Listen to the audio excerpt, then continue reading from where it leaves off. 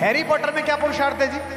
मैंने भी देखी है वो फिल्म, षड्यंत्र है हैरी पॉटर। ये सब कहानी जो भारत में परोसी जा रही है पुरुषार्थहीन कहानियां हैं। बच्चों को क्या पढ़ा रहे हो तुम? मैं 70 के दशक की पैदाइश हूं। मैंने अपने बचपन में आरुणि पढ़ा, मैंने धौम्य पढ़ा, मैंने नचिकेता पढ़ा, मैंने प्रहलाद पढ़ा, मैंने ध्रुव पढ़ा, मैंने महाराणा प्रताप पढ़े, मैंने झांसी की रानी पढ़ी, और मैंने वो छत्रसाल पढ़ा कि बेतवा नदी का युद्ध याद अकबर को जब आ जाता था, सुनते हैं सोते सोते अकबर महलों में जग जाता था। मैंने वो पढ़ा। अगर आपने उसे राम की कहानी सुनाई होती तो उसकी समझ में आ जाता कि हैरी पॉटर कोई पुरुषार्थ ही नहीं है, राम में पुरुषार्थ है। हमारे सबके घरों में रामचरितमानस सुनाई जाती थी, सामने कन्हैया जी का चित्र लगा रहता था तो कन्हैया जैसे बच्चे पैदा होते थे। अब दिन भर एमटीवी सुन रही है, दिन भर कुछ और देख रही है, तो बालक भी ऐसे ही पैदा हो रहे हैं। आप फिल्मों से अधिक उन्हें अपने अपने राम की वीडियो सुनवा दो, आप फिल्मों से अधिक उन्हें अपने अपने राम के सत्र में ले आओ, किसी भी साधु सत्संग में ले आओ, वो समझ जाएंगे। क्योंकि तब उनकी समझ में आएगा कि हैरी पॉटर हीरो नहीं है, पुरुषार्थ से जीने वाले राम हीरो हैं। राम के जीवन में कोई चमत्कार नहीं है। राम ने आकाश में हाथ घुमाकर कोई चीज पैदा नहीं की है। राम ने यूं छू मंत्र पढ़ के समुद्र के ऊपर पुल नहीं बनाया है। 3 दिन तक प्रतीक्षा की है, उपासना की है, समुद्र से मार्ग मांगा है, उसके बाद समुद्र को समझाया है, धमकी देकर मारा नहीं है। विनय न मानत जलद जड़ गए 3 दिन बीत, बोले राम सकोप तब भय बिन होए प्रीत। और उस समय मारा नहीं है, भगवान को क्रोध नहीं आया, नकली क्रोध आया, क्योंकि पिता अपने बच्चों पर असली क्रोध नहीं करते। ये माएं बैठी हैं दिन में 100 बार अपने लड़के से कहती हैं मर जा उत्ते, मरने के लिए थोड़ी कहती है, जरा सी चोट लग जाए तो कलेजा टूट जाता है। ए नाश जा तेरा, हमारी दादी बोलती थी, थोड़ी चाहती थी मेरा नाश हो, प्रेम से बोलती थी। इसलिए वो तो पुत्र है, पंच तत्वों में एक है जल, और भगवान पंच तत्वों के स्वामी है, इसलिए डराते हैं, मारते नहीं है। जब आपको मारना होता है तो हथियार किससे मंगाते नहीं है, आप हाथ में उठा के मार देते हैं। और जब मारना नहीं होता तो क्या कहते हैं, लइए जरा डंडा, अरे अभी बताऊं, ऐसे बोलते हैं। भगवान क्या कहते हैं, लक्ष्मण बाण सरासन लानू, अरे लइयो जरा लक्ष्मण, सोखो बारिद बेशक कृसानू, अभी सोखता हूं इसे।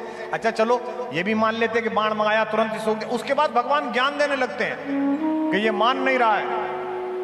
सठ सन विनय कुटिल सन प्रीति, सहज कृपन सन सुंदर नीति, ममता रथ सन ज्ञान कहानी, अति लोभी सन विरत बिखानी, इतना सारा ज्ञान देते हैं। अगर आपने उसे राम की कहानी सुनाई होती तो उसकी समझ में आ जाता कि हैरी पॉटर कोई पुरुषार्थ ही नहीं है, राम में पुरुषार्थ है।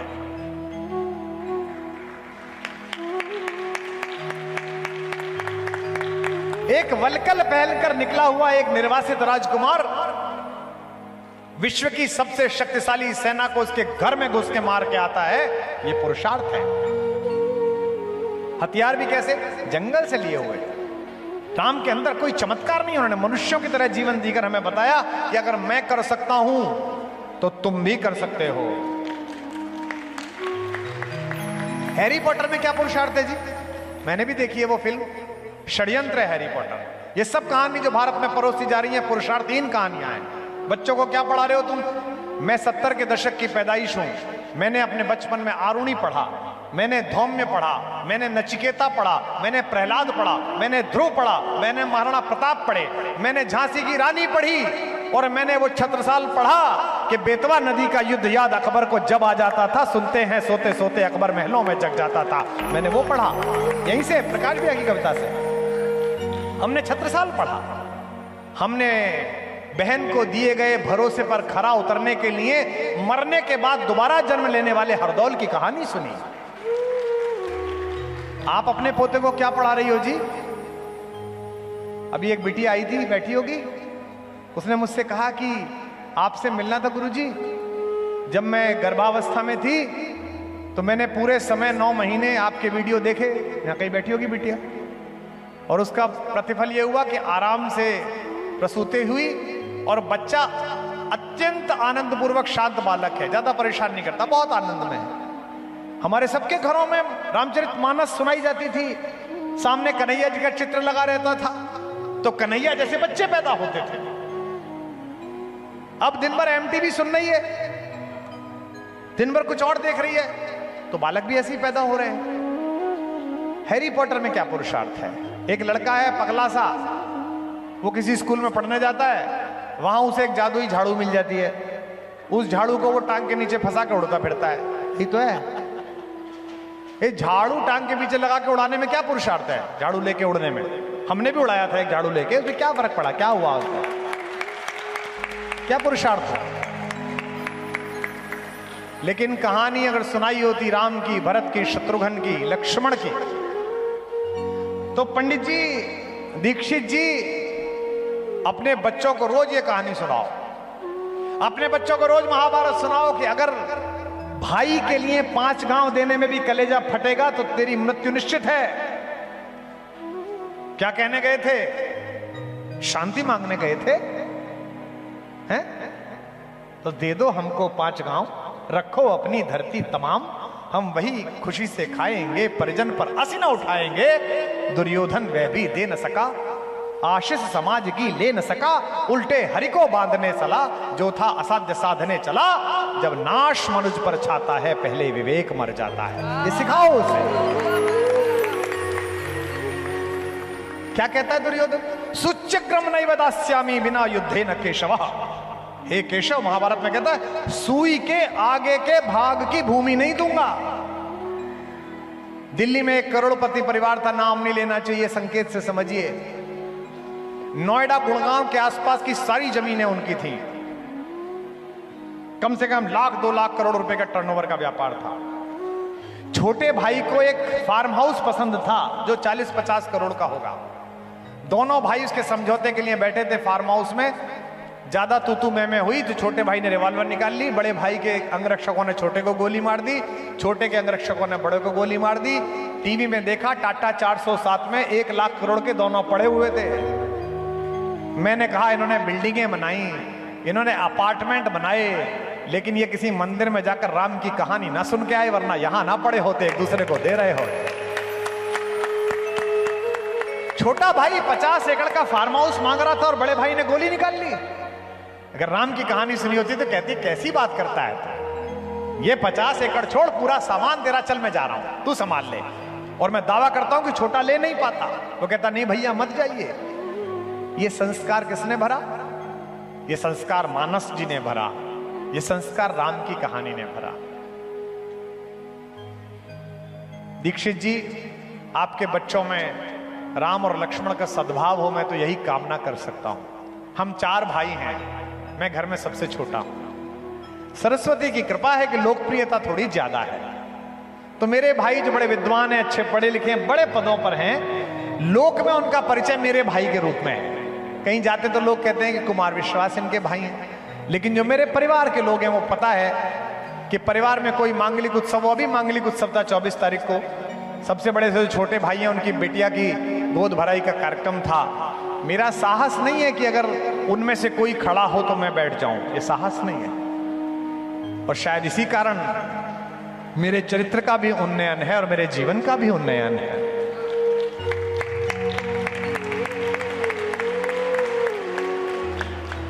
भगवान का राज्याभिषेक हो गया। अगले दिन सुबह उठ के दोनों 4 भाई गुरु वशिष्ठ जी के पैर छूने के गए। प्रातः काल उठ के रघुनाथा, मात पिता गुरु नावहि। क्या बढ़िया जनता, इसको सब याद है। इसमें भी क्रम देखिए, माता जिसने पहले जन्म दिया, पिता जो जन्म का हेतु बना, और इस जन्म के बाद ज्ञान का जो दूसरा जन्म दिया वो गुरु ने दिया।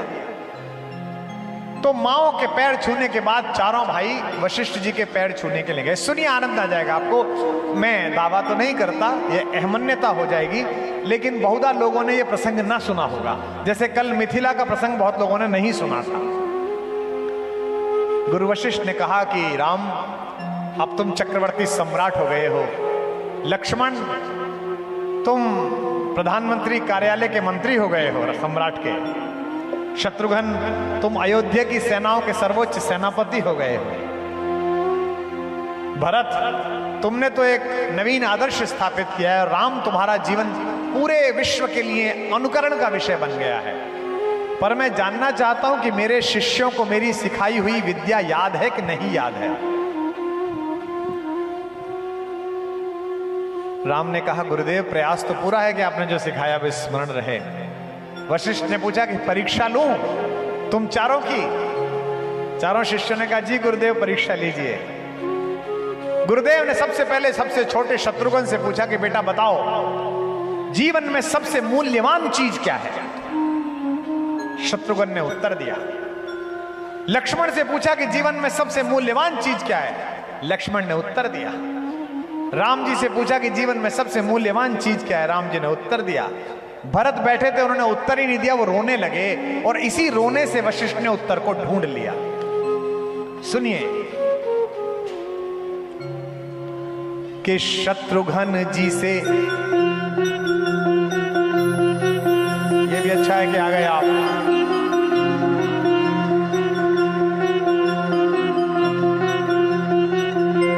पधारिए पधारिए, मैं आप ही की प्रतीक्षा में था, जो सुना रहा था वो आपको सुनना चाहिए। चारों भाइयों से गुरु वशिष्ठ ने पूछा कि जीवन में सबसे मूल्यवान क्या है, तो क्या क्या उत्तर मिला बताता हूं। मेरे अत्यंत प्रिय एक और अनुज आ गए हैं, इतने स्नेहिल, इतने प्रेमी और इतना इनके भाषा में अमृत है जो इनकी ऋषि परंपरा, इनकी गुरु परंपरा से प्राप्त हुआ है। मुझे लोग कहते हैं कि आपने क्या कमाया, क्या छोड़ दिया। मैं कहता हूं मुझसे सौभाग्यशाली कौन जिसके आप जैसे भाई हो, जिसके आप जैसे भ्राता हो। विराज शत्रुघ्न जी से पूछा कि सबसे अनमोल क्या है? चारों भाइयों से गुरु वशिष्ठ ने सवाल पूछा राज्याभिषेक के बाद कि शत्रुघ्न जी से अनमोल कुछ पूछा गया।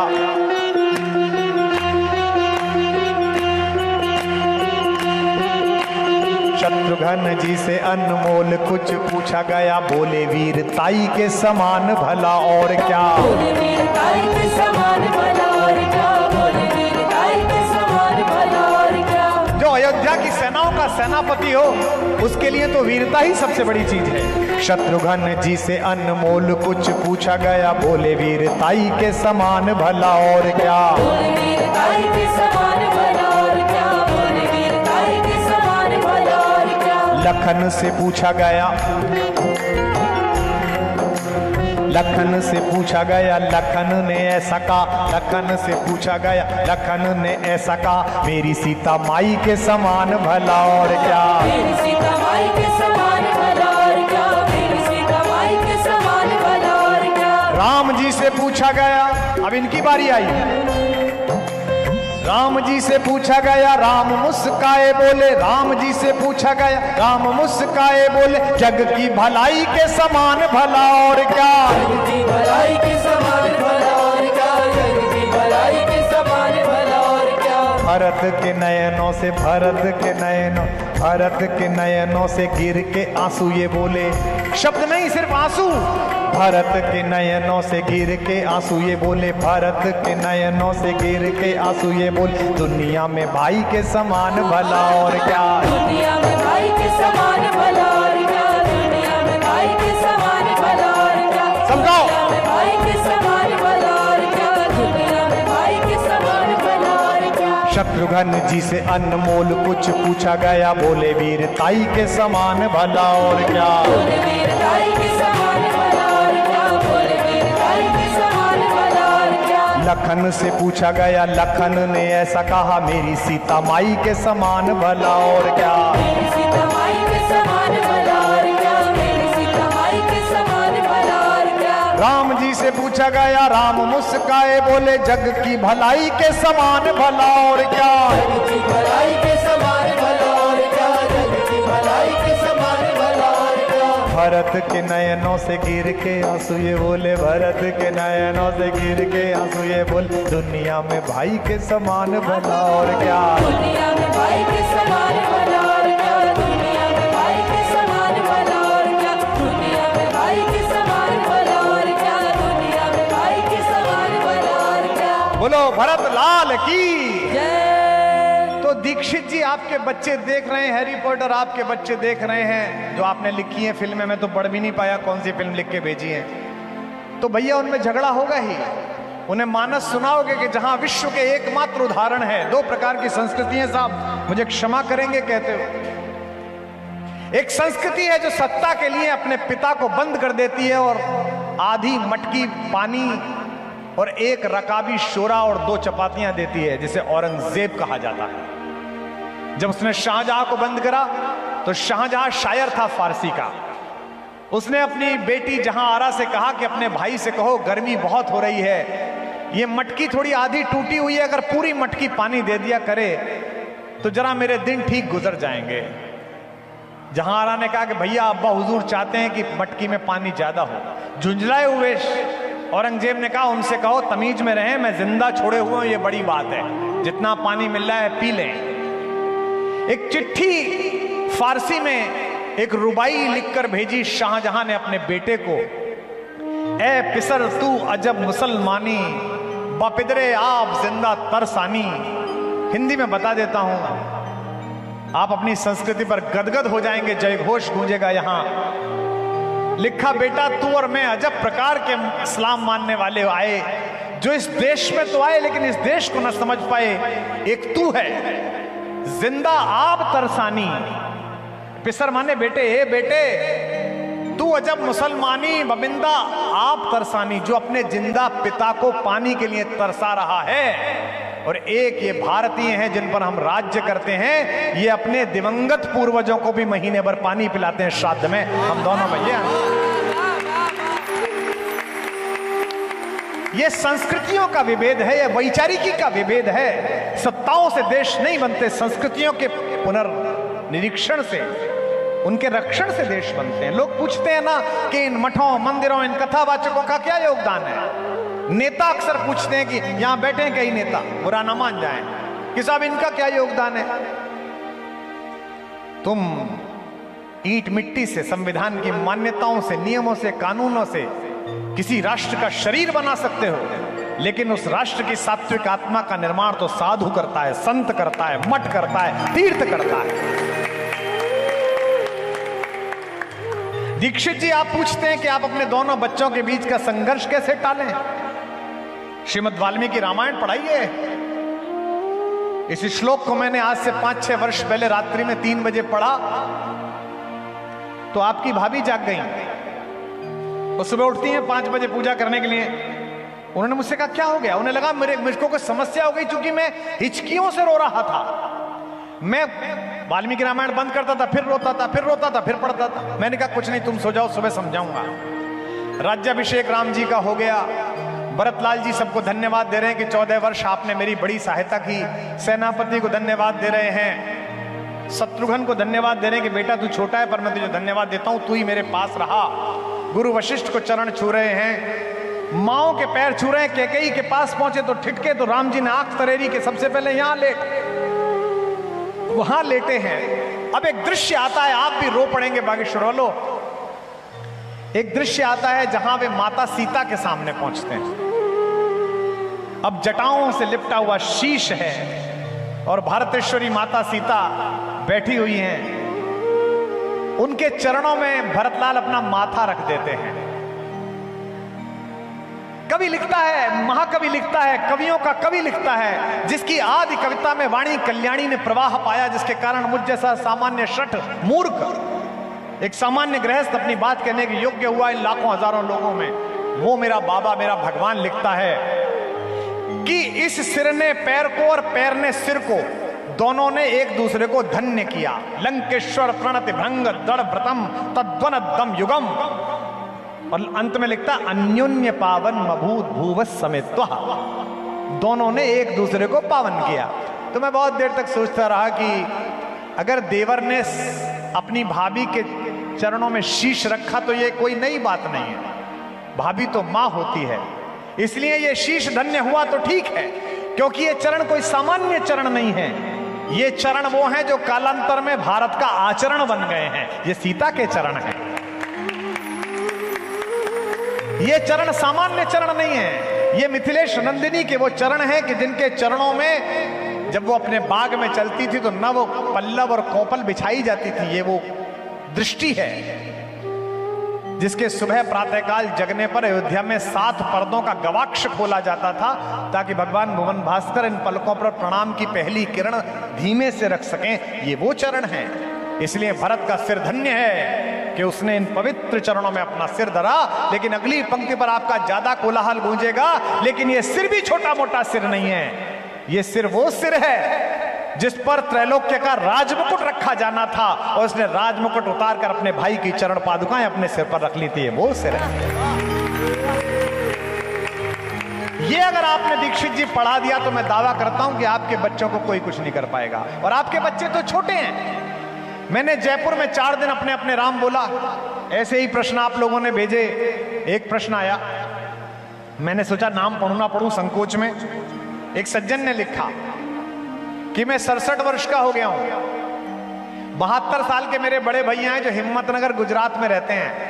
हम दोनों भाइयों का गांव की संपत्ति को लेकर 30 साल से मुकदमा चल रहा है। मेरे बेटे बहुओं ने उनको नहीं देखा, उनके बेटे बहुओं ने मुझे नहीं देखा। पर कल 2 दिन आपको सुनने के बाद मैं बहुत रोया हूं। और आपका ये अपने अपने राम समाप्त होने के बाद मैं संपत्ति के सारे कागज, मुकदमे के कागज लेके, बहुओं को लेके, बेटों को लेके हिम्मतनगर जा रहा हूं। भैया के चरणों में लेट के रोऊंगा और कागज डाल के कहूंगा, भाड़ में गए कागज, मुझे माफ कर दीजिए, अपना आशीर्वाद दे दीजिए। ये कहानी है। यह भरत आपके घर में है तो रामायण है। और सूच्यक्रम नहीं वदास्यामि बिना युद्धे न केशवः कहने वाला दुर्योधन आपके घर में है तो महाभारत कोई टाल ही नहीं सकता है। सरस्वती से देवता कहते हैं कि आप ही के बुंदेलखंड में चित्रकूट में मनाने पहुंच गए हैं भरतलाल जी, राम वापस ना चल दें। सरस्वती से कहते हैं भरत की बुद्धि फेर दो, जैसे मंत्रा की भेजी थी। सरस्वती कहती है क्या मजाक की बात करते हो, भरत की बुद्धि फेर दो? किसी की भी फेर दूंगी, इसकी फेर दो। मोसन कहे तो भरत मति फेरू, लोचन सहस न सूझ सुमेरु। 1000 आंखें होने के बाद भी जिसे सुमेरु न सूझते हो, ऐसी मूर्खता की बात करते हैं। वह भरत। प्रतिमा नाटकम एक बहुत सुंदर महाकवि भास की रचना है, कभी पढ़िएगा। उसमें राज्य छिन जाने के बाद नाराज लक्ष्मण कहते हैं कि भैया आप किस बात के अधर्म के विरोधी हो, किस बात के धर्म के प्रतिपालक हो? आपके तो घर में ही अधर्म हो रहा है, आपका भाग्य छीना जा रहा है। ये कंधे पे धनुष लटकाए क्यों घूम रहे हो? परशुराम जी का दिया हुआ शारंग उठाते क्यों नहीं हो इसे? कितनी अच्छी बात कहते हैं भगवान। कहते हैं किम दोषुणेश रुचिर रुचिर, हे प्रिय भरत लक्ष्मण, मैं किसको मारूं और मारकर किसे पातक लूं? अपने उस पिता को जो रघुवंश की लज्जा निभा रहा है कि जो वचन दे दिया वो पूरा किया जाएगा।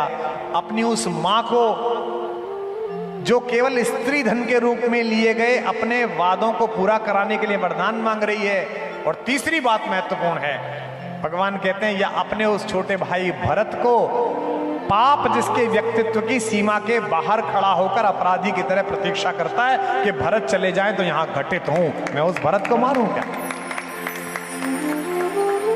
गुरु वशिष्ठ ने कहा कि भरत अब तुम राजा बना दिए गए हो, अब तुम राज्य संभाल लो। 14 वर्ष बाद अगर इच्छा है तो तुम दे देना राम को। आपको पता होगा हम प्रसाद लेते हैं। आज हमने गौशाला में प्रसाद लिया, हमने और भैया ने और सारे संगीत के साथियों ने। प्रसाद कौन सा था? पहले उस प्रसाद का भोग लगा, फिर हमने प्रसाद लिया। भगवान को अमनिया भोग लगता है जो किसी और ने ना खाया हो। यह कहा भरत जी ने कि अगर जो राज्य मैंने भोग लिया और उसके बाद मैं राम जी को दूंगा तो यह प्रसाद नहीं हुआ। इस भोग के एकमात्र अधिकारी तो, इस राज्य के भोग के एकमात्र अधिकारी तो राम जी हैं। सबसे पहले प्रसाद वही ग्रहण करेंगे, उसके बाद जो बचेगा वो मैं स्वीकार करूंगा। इसलिए मैं राज्य को नहीं लेना चाहता। जिस दिन राम जी को वापस बुलाने के लिए भरतलाल गए हैं तो रात्रि में भरद्वाज जी के आश्रम में विश्राम किया उन्होंने। और सुबह जब चलने लगे तो चेहरे पे उदासी थी। तो भरद्वाज जी ने कहा कि राजन, आपके मुखमंडल पर उदासी शोभा नहीं देती, आप किस लिए कष्ट में हो? भरतलाल जी ने कहा कि महर्षि, मुझे यह पता नहीं है कि भैया मुझसे नाराज हैं कि मुझसे प्रसन्न हैं। मुझे ये पता नहीं है कि मैं पहुंचूंगा तो भैया दोनों हाथों से मेरा स्वागत करेंगे या मेरा तिरस्कार करेंगे, क्योंकि मुझसे अपराध बहुत बड़ा हुआ है। और बागेश्वर धाम वालों, दुनिया में अकेले भरत हैं जो उस अपराध की सजा पा रहे हैं जो उन्होंने किया भी नहीं है।